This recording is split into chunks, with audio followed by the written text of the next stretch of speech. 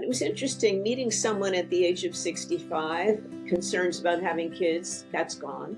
Concerns about building a career, kind of over. Concerns about money are sort of over because I suddenly had Medicare and Social Security.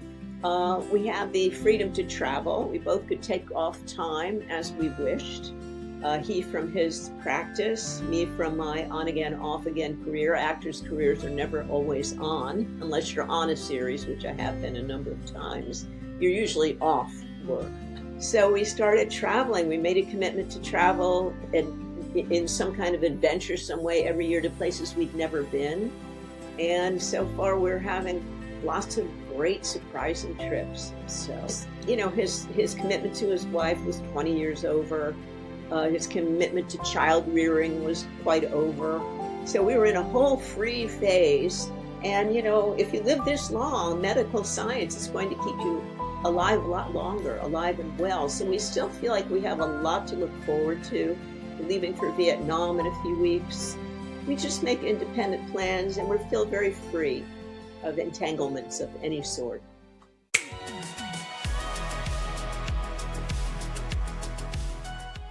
Welcome to Plenty of Husbands, the podcast for women who are older, wiser, and hotter. This is where we inspire women who are single in midlife to believe they can love again. And I'm your host, Robin Fisher Roffer. Today, we're diving into the captivating love story of our guest, Melanie Chartoff. She's an actress, she's a writer, and she's the author of an enlightening memoir called Odd Woman Out, Exposure in Essays and Stories. And Melanie is here to share her journey through love, laughter, and the beautiful chaos that comes with it. Now, as a talented actress, Melanie has made her mark on stage, screen, and even in the world of voice acting. She's a true creative spirit, and her journey has been anything but ordinary. From publishing her first poem in 3rd grade to writing plays in grammar school, Melanie's love for storytelling has always been at the forefront of her life. But today, she's here to tell us about her latest adventure, love in her 60s, with her hilarious and heartfelt Substack articles, including Got Menopause, Got Medicare, Got Married. She's ready to share the ups and downs of finding love when you least expect it. In her words, at age 60, I'd given up hope that I would ever find my one. Yet through a series of delightful twists and turns, including some rather comical nights of adjusting to shared sleep, Melanie discovered to love in a way that transformed her world. So get ready, cry, and relate as we welcome the amazing Melanie Chartoff. Welcome to Plenty of Husbands, Melanie. I'm so happy you're here. Thank you, Robin. I really appreciate it. I wish I was there really in Santa Fe with you. It's such a wonderful place. I did 2 cowboy movies in Santa Fe. I had my own horses. I rode in the mesas. It was just glorious. I love it there. That's so cool. I love that you love Santa Fe. It is a very special place. They say it either sucks you in or spits you out. I have a feeling you were sucked in if you want to come back. I definitely was. And if you'd like to fly me in for our next meeting, I'm very open. Well, that sounds great. I love it. Melody, we also have a mutual friend, Ann Randolph, who is she's our writing teacher and was on the show on our very second episode. And when she finished the airing of that show, she said, you have to have Melanie on. So here you are. That's how it happens. Thank you for joining us.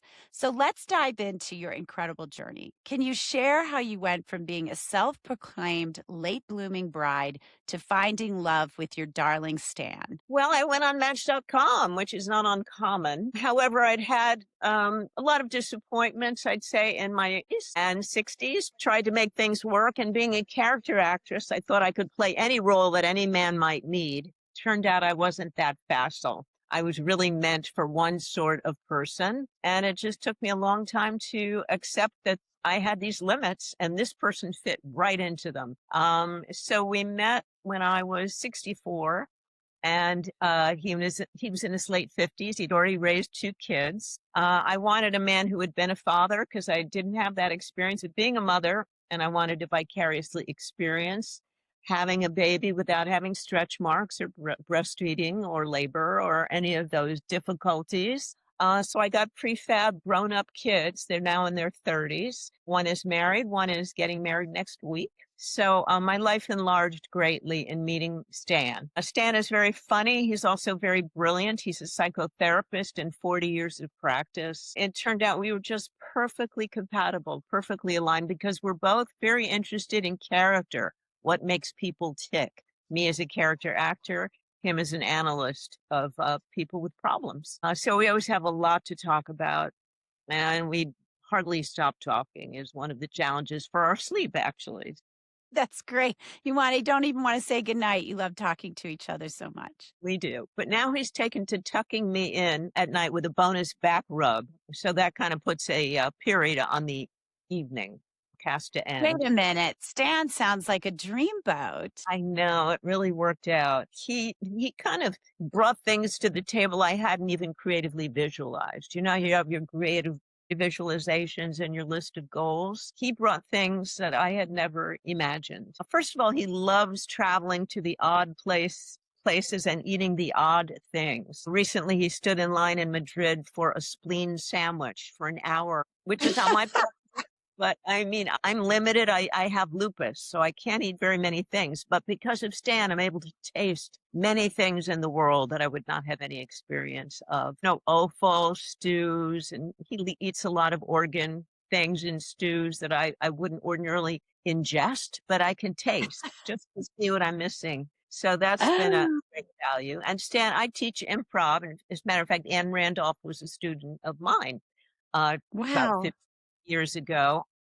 I was teaching charismatizing improvising, and her uh, success as a character was so enormous, and she wanted to try just being funny by being herself. So that's what we worked on in class, and it turned out she had this whole other facility of being humorous without altering her voice or her appearance or putting on a wig. And she's an extraordinary student and an extraordinary teacher as well. I know that you studied with her for a while. Absolutely. 10 years I've been studying with Anne, and she really helped me to write this last book, Plenty of Husbands, and encouraged me and cheered me on. Because, as you know from writing your book about your love life, it is probably the scariest thing you can write about is the intimacy of your own heart and your personal journey with love. I want to go back to how you met Stan. How did you meet this man? Well, I had just ventured onto Match.com. I met one man who was a musician who had just ended a very long relationship. He had a shadow. He was still thinking about her. And when I met Stan, he told me he was dating a woman who had recently been in a long relationship. So Oh, at our first meeting, he confessed that he was seeing someone. He'd been seeing her about 6 weeks, but he knew she wasn't the one. And I said, well, I don't want to interfere or distract, but I don't want to be a weeknight girl. If you're spending every weekend with her, let me know when you have weekends free. And I was going to New York to visit my mom. And I said, be back in a few weeks. Let's not talk until I get back. And he said, it'll be over by then. So while I'm away visiting my mother, I start getting emails from this woman on Facebook and also from the guy I've been going out with, who was her ex. And her ex wrote to me and he said, my girlfriend told me that Stan just broke up with her to go out with you. And I said, my God, what are the odds? How could this happen? I don't know if that's that true. that's bananas. Oh my I know. gosh. I know. I thought this is either going to break us or make us. And it ended up making us. I didn't want her to be hurt. So when she wrote to me and she complained about him, I said, remember, Roxanne, that sometimes the person that rejects us looms much larger than they might really be in our hearts. Hurt kind of puts a big wound in our heart that looks like love, lost love, but it isn't necessarily. It's just the feeling of humiliation at being rejected. I said, I don't know if he's the one for me. I hardly know him, but I hope you find the one for you. I think she since has. But anyway, what are the odds? A coincidence like that, it felt like this is fate, either in a good way or in a bad way. And it remains to be seen which it will turn out to be. But Yeah. negotiating my way through that, letting go of the guy that I'd been going out with, who was her ex-boyfriend, um, was a gentle and tactful process. And so Stan and I, from the first night he picked me up after visiting my mom on the East Coast, He waited at LAX for like 3 hours because there was a storm and my plane was late. There were all kinds of things and obstacles put in our path. But from that night on, we went out to dinner and like Denny's at 3 a.m. And since then, we've been together. That was our first real date, I'll say. So it's been 15 years now. We've been married for 12. And yeah, he was my last date. Wow. And you'd been single all until that time. Well, Incredible. I had boyfriends, plenty of boyfriends, as you would say, but I hadn't husband material. I was attracted to a Yeah. lot of wonderful independent type of artists and producers. And I was in a fictitious world as an actor. I was meeting people who are striving, straining, aggressing, driving. They hadn't really established a life of ease. So I caught them on the relay race, trying to keep up with them and they with me. But it was interesting meeting someone at the age of 65, concerns about having kids, that's gone. Concerns about building a career, kind of over. Concerns about money are sort of over because I suddenly had Medicare and Social Security. We had the freedom to travel. We both could take off time as we wished. He from his practice, me from my on again, off again career. Actors' careers are never always on unless you're on a series, which I have been a number of times. You're usually off work. So we started traveling. We made a commitment to travel in some kind of adventure, some way every year to places we'd never been. And so far we're having lots of great surprising trips. So I That's recommend getting amazing. married. Yeah. And his commitment to his wife was 20 years over. His commitment to child rearing was quite over. So we were in a whole free phase. And, if you live this long, medical science is going to keep you alive a lot longer, alive and well. So we still feel like we have a lot to look forward to. We're leaving for Vietnam in a few weeks. We just make independent plans and we feel very free of entanglements of any sort. It's interesting. I was just on Chip Conley's podcast for Modern Elder Academy. I don't know if you know MEA. It's amazing. I teach there. He asked me to come up, I'm a brand strategist, Melanie. He asked me to come up with a tagline for midlife, right? And right on the spot, I came up with freedom, finally, right? I mean, that's what you're talking about, freedom from all these things. And Yes, now exactly. you can live your greatest love story with Stan, unencumbered by so many of the things that stand in your way of true ease, joy, and happiness. So, what was your mindset like as you approached love at the age of 60? And did you ever think you would really find it and be married? Felt a big wealth of heart in myself, had a lot of love to give.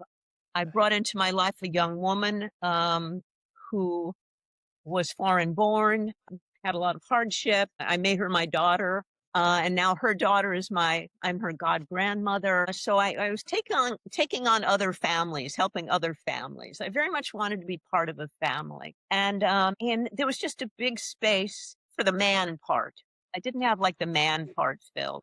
The other thing that had happened was I'd written a musical, which was a bit of a success. It ran here in Hollywood, called Fine Lines, about finding love later in life. And it was a bit of a success. So I was feeling pretty good about myself, independent of acting. I was, I created it, but I wasn't necessarily addicted to being in it. And I felt like, I can have a whole other career as a writer here where I don't really have to be in it every night. I could have my evenings free. So I was feeling really wonderful. I felt like no one can disturb this inner peace and inner sense of pride that I have right now. So I was in a better position to be dating than I'd ever been, because I felt so much more me, so much more full of my own self-love and love of my work and success in my work. I felt like as a creator, I was no longer reliant on the acting business to gratify me, that I was now a writer and I could fulfill myself that way. And I didn't always have to be in LA for that. I could write wherever I had my laptop.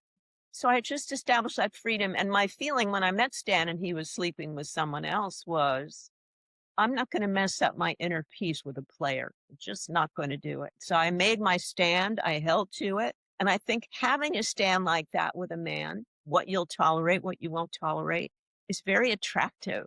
I think that kind of integrity is what really brought him in. He knew he'd have to step up and be honest with this other woman and be honest with me and be honest with himself in order to really get involved with me. So there's a certain stand I took on. Also, the other thing, Robin, is I was also a singer. I have been a singer most of my life, really into the blues songs, the yearning, the Oh, I soft. love that music. Yes. We all do, but it triggers a yearning and longing in us, which can really deter love. You're more addicted to the eroticism of loneliness, erotic loneliness, than you are to having. And so I stopped singing Mm. those songs because they were making me sad, sad in a very creative way, but not necessarily a productive way or an attractive way. And I'd say to a lot of women, if you're older and you're looking, don't sing the blues so much. Stop listening to the blues so much. Listen to rap, listen to hip hop, go dancing, but less songs of longing and more songs of I'm fulfilled, I'm great. And I find I that love that. that magnetizes all kinds of people, but maybe some men that you might want to become closer to. So the books you're reading, the shows you're watching, the movies you're going to, the music you're listening to, put it on positive, right? Put it Yeah, on a positive, make sure. And then the friends, I would go to even to friends, Melanie, the friends you're surrounding yourself with, they're positive. They're cheering you on. They're leading you to this incredibly courageous and positive outcome that you can start to see it because you're in this sunshine type of mindset. yeah, people are attracted to light, especially in these dark days. We are all craving light and laughter and love. And we all know what's going on. We can march, we can protest, we can donate, we can do as much as we possibly can. But I'm at a certain age where I just can't march like I did with Bella Abzug in the 70s for the Equal Rights Amendment. Thank God for Bella and the Equal Rights Amendment. Back in those days, I was able to get an abortion for free in a clinic at the age of 23 when I was just too silly to understand what I was doing. So I no longer march, I donate. I will go to a march on No Kings this Saturday. I can walk to one, it's right near my home. And I'll try to get the best signs to carry that I possibly can. But I'm not putting I bet you myself on know the. how to write a good sign, Melanie. Well, actually, You're such a they're good better. writer. Thank you. And that tells you so much about his courageousness, his adventuresome. He's probably a brave person. There's so much there that he wrote in his profile to draw you in, including you imagining that maybe I could go there with him. Yeah, I That's imagined that amazing. before I even saw him. So, and he had pictures of himself with his kids, which I liked. And he just seemed like a gentleman. And when it was the first time I'd ever written to a man instead of sorting through the lovely man who wrote me. I didn't want him to think I was easy because I wrote first. And I said, I want you to know if we go out, I want you to be the boy and I'll be the girl, on our first, get togethers. And he said, that suits me fine. And so having to pay really threw me off my track of being the girl, but I still managed to be the girl, be feminine, set limits, set boundaries, which he needed.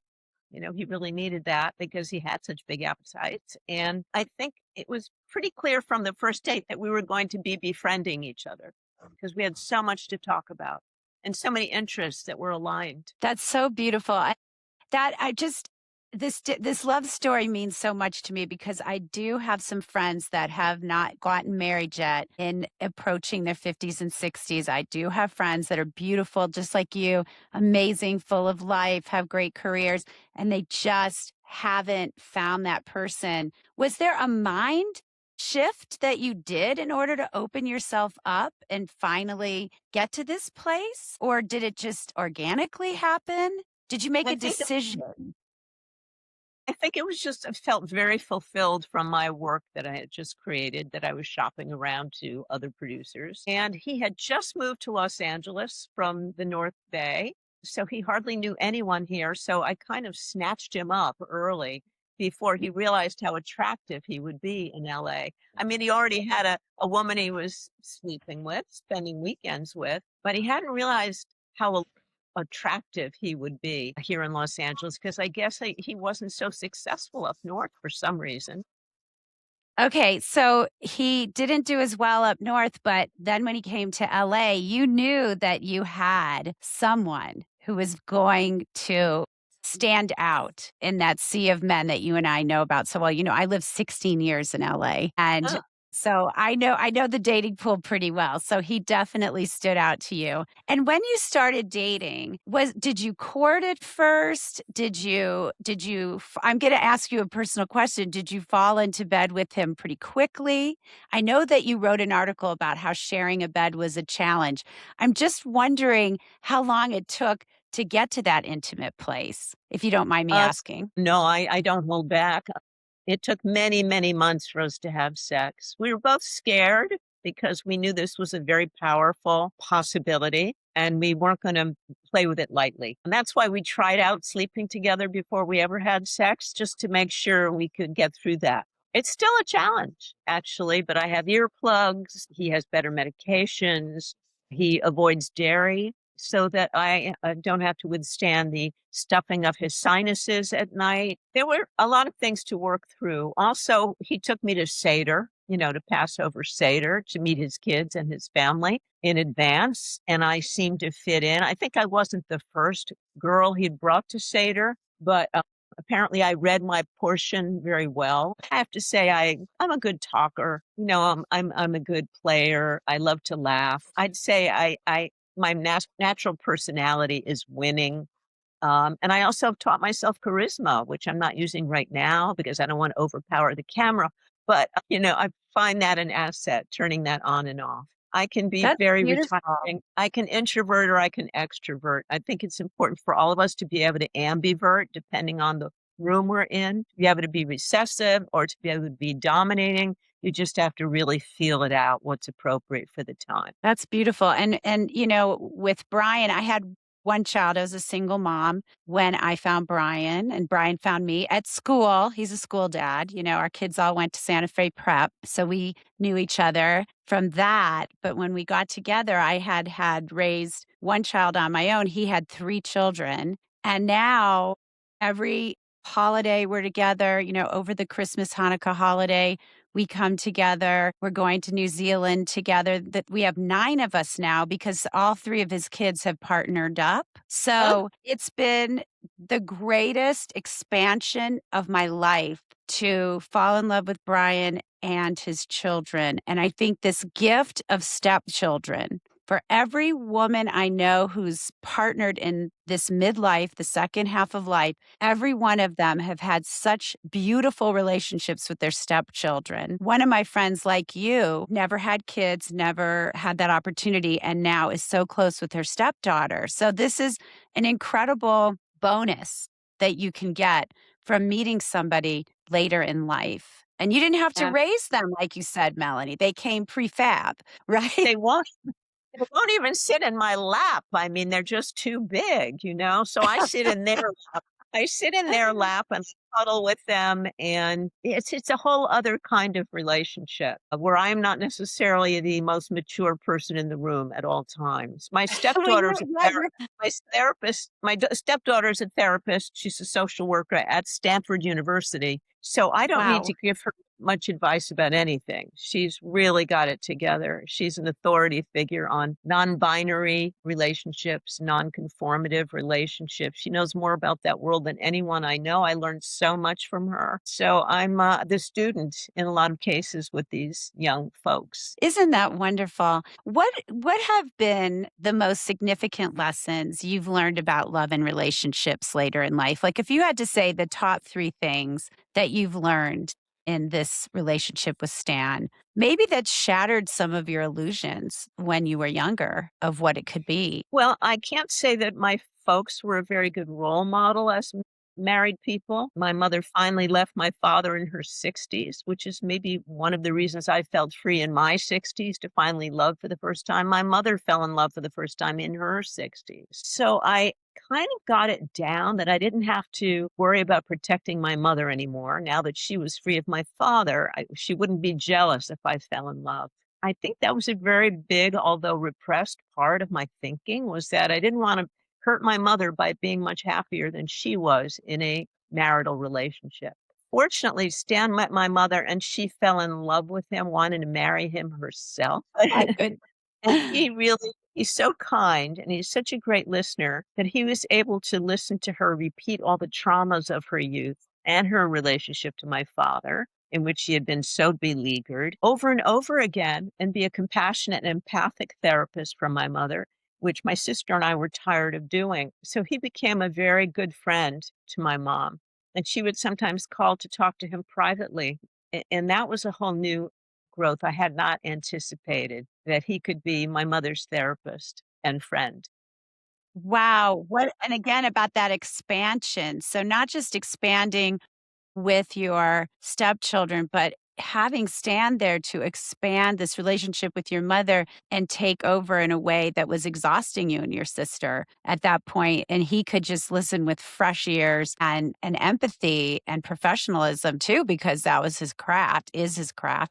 So that's huge. You probably never expected to find somebody that could do that for Yes, you. and because my sister and I were so defended against my mother's sad stories in a way, he got to know my mother better than we did in some darker aspects that we couldn't tolerate. Stan can really walk into darkness in a way that I prefer not to and step out of it like Teflon, just come out of it Mm. unscathed. I prefer to try to keep things light. I mean, I play dark roles when I'm acting, but then I can just, brush them off afterward. He can get emotionally involved with people like my mother and still emerge unscathed. I mean, his patients have been in some very dark places, and he goes Yeah. in there with and then can come right out. So I admire him. I'd say I'm a fan of my husband, Stan. I'm a fan, a big fan. That I'm a fan of Stan. I think this is he sounds so marvelous. In your writing, and I think this comes naturally out of what we were just talking about, you often do explore themes of vulnerability and growth.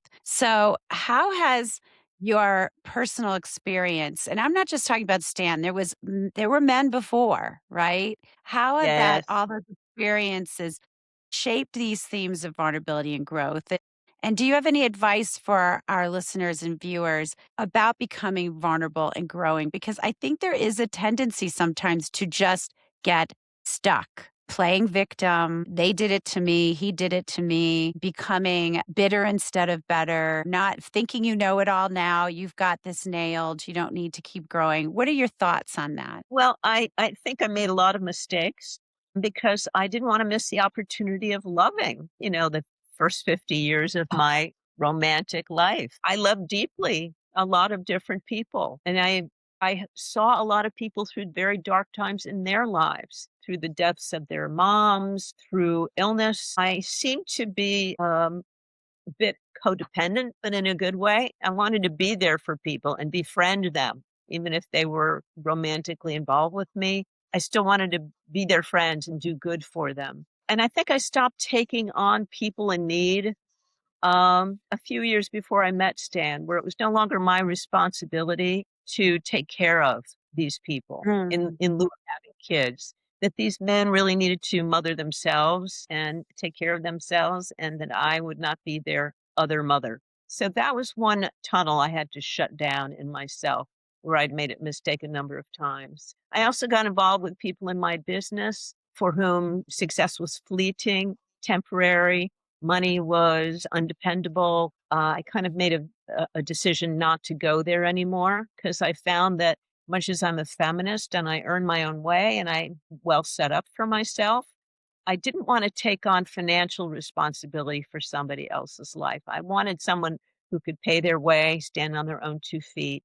And I certainly gotten that with Stan. Didn't have that with almost anyone else. And I wonder what that was about. Probably my father, who was a bit of a ne'er-do-well, had a lot of brilliant Mm. ideas that didn't go anywhere. I kept rescuing my father in a lot of cases, being his beacon, being his hope, being his entertainer, um, and I stopped having to do that. So I think that's a number of little decisions made.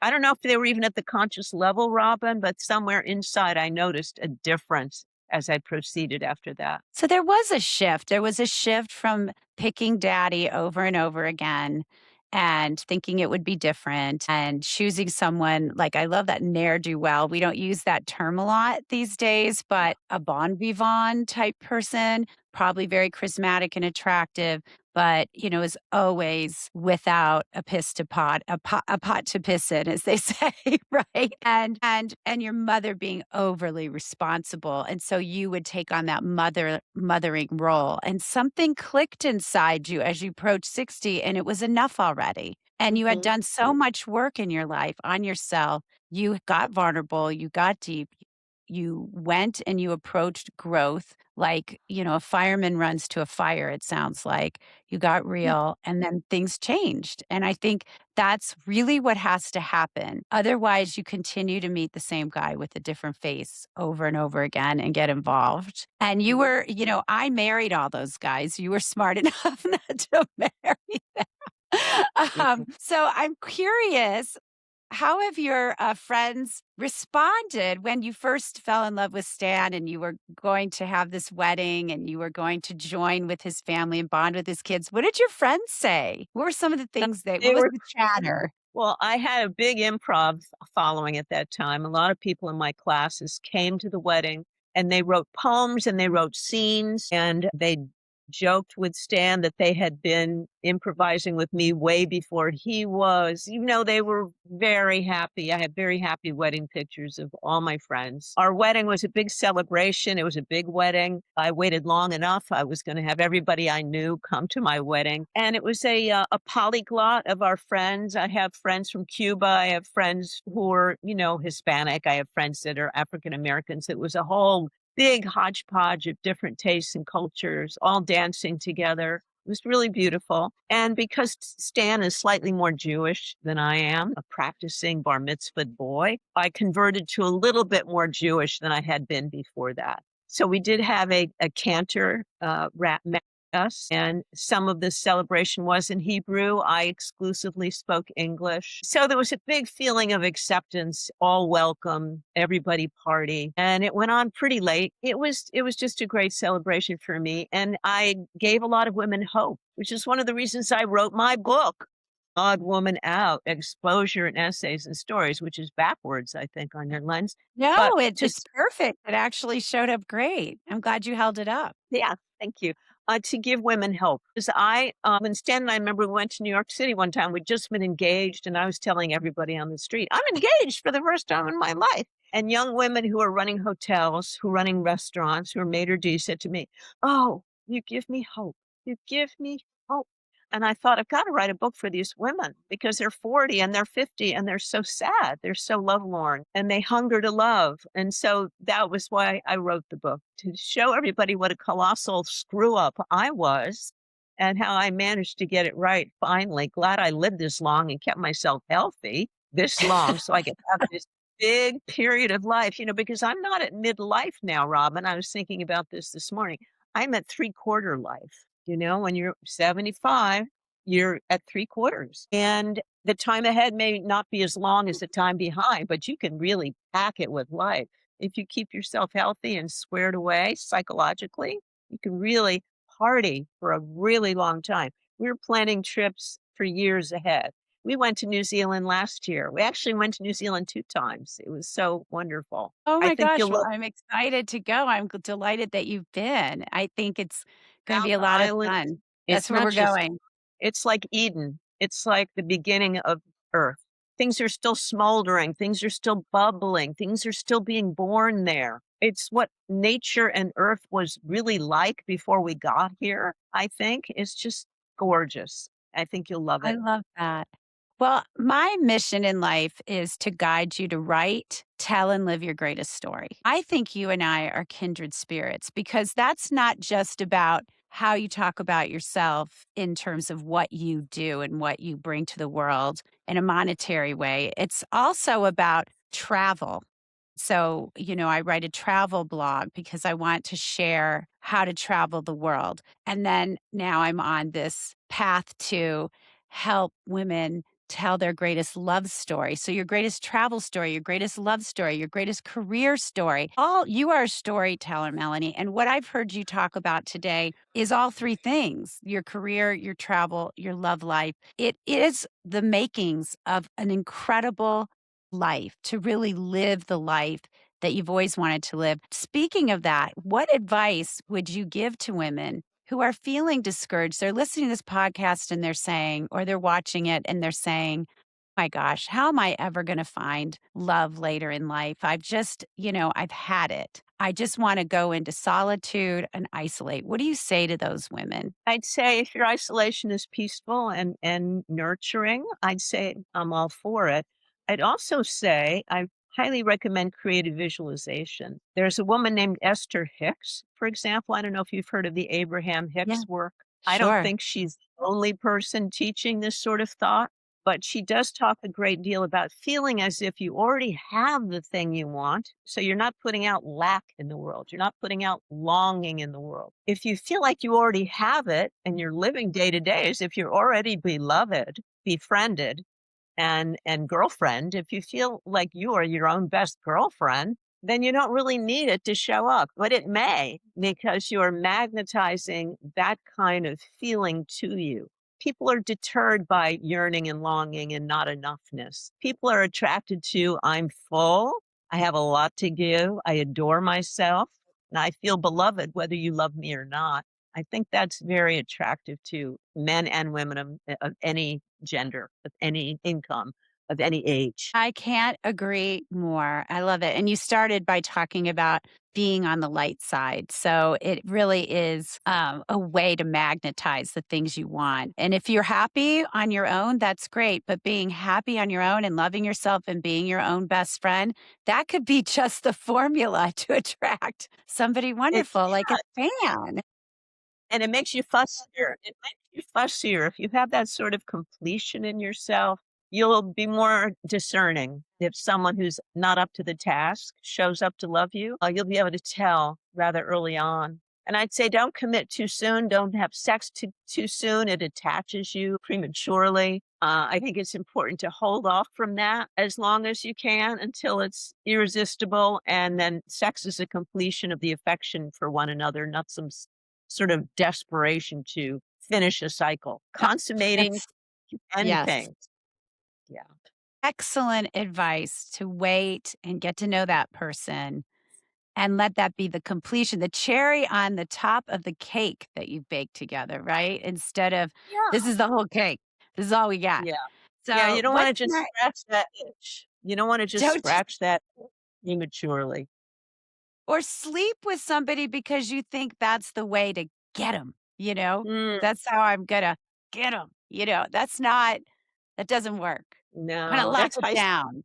That's high that's high school. yeah, but Yes, actually ma'am. high school girls aren't having sex anymore, so they've learned that lesson. Kids are not throwing themselves at one another sexually anymore. I think they realize how risky it is from all of our mistakes. So I think it's kind of Mm. wonderful time for young men and young women to talk to one another, to really get to know one another without this feverish haste to complete something. We can give ourselves orgasms. We don't really need to get them externally applied. I had a coach say before you go on a date, masturbate. That was like her slogan. So, you're not just Before running the into date, it. masturbate. I love Yeah, that. that's what she would say. Isn't that cool? You coach people on how to gain charisma, how to learn how to show up charismatically, right? You do one on one Yeah. trainings. To hone the charisma that they've already got. Babies are charismatic. I mean, you're really born with this charm and this sex appeal and sensuality. And I teach people how to let it show. And it may empower your public speaking. And there may be a part of you that's left out in your public speaking. And I've been in the business of performing all my life. I was born with a top hat and tails. I just was born wanting to entertain people, especially since my family was very depressive. I think I had a responsibility there.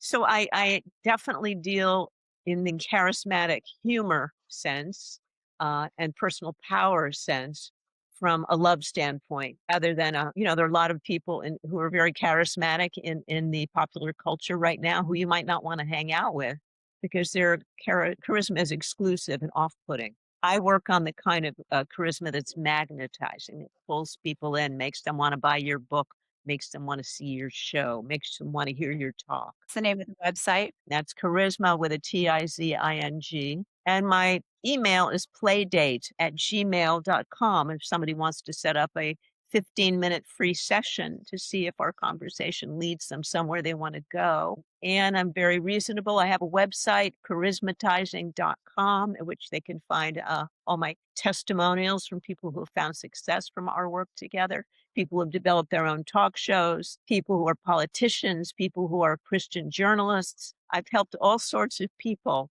find a bigger space to attract in themselves. So I love Oh, I doing that. love that. That's so great. You also have a following on Substack. So look for Melanie Chartoff on Substack. You've got your book at Amazon. If you want to be more inspired, if you can even be more inspired by this wonderful woman, there it is, all her stories. Her book could have been called Plenty of Boyfriends. Of course, mine's Plenty of Husbands. And we've had Yes. plenty, and you can never have too much love. You can have plenty of all that other stuff, but never too much love, right, Melanie? So, all right, everyone, that is a wrap on today's episodes of Plenty of Husbands. I want to thank our very special guest, Melanie Chartoff. You can find her all the places we talked about, Amazon, Substack. I'm sure you're everywhere on her website, Charismatizing. If you want to hear more wisdom and inspiration from the experts, follow Plenty of Husbands on Spotify, Apple, and YouTube, and join us next Wednesday when we drop another new episode. Until next time, I'm your host, Robin Fisher Roffer, reminding you to practice your ABCs of love: action, belief, and courage. It's time to step into your next chapter and live your greatest love story. Thanks so much, Melanie. Thanks, everybody. See you next time. Yeah. Bye.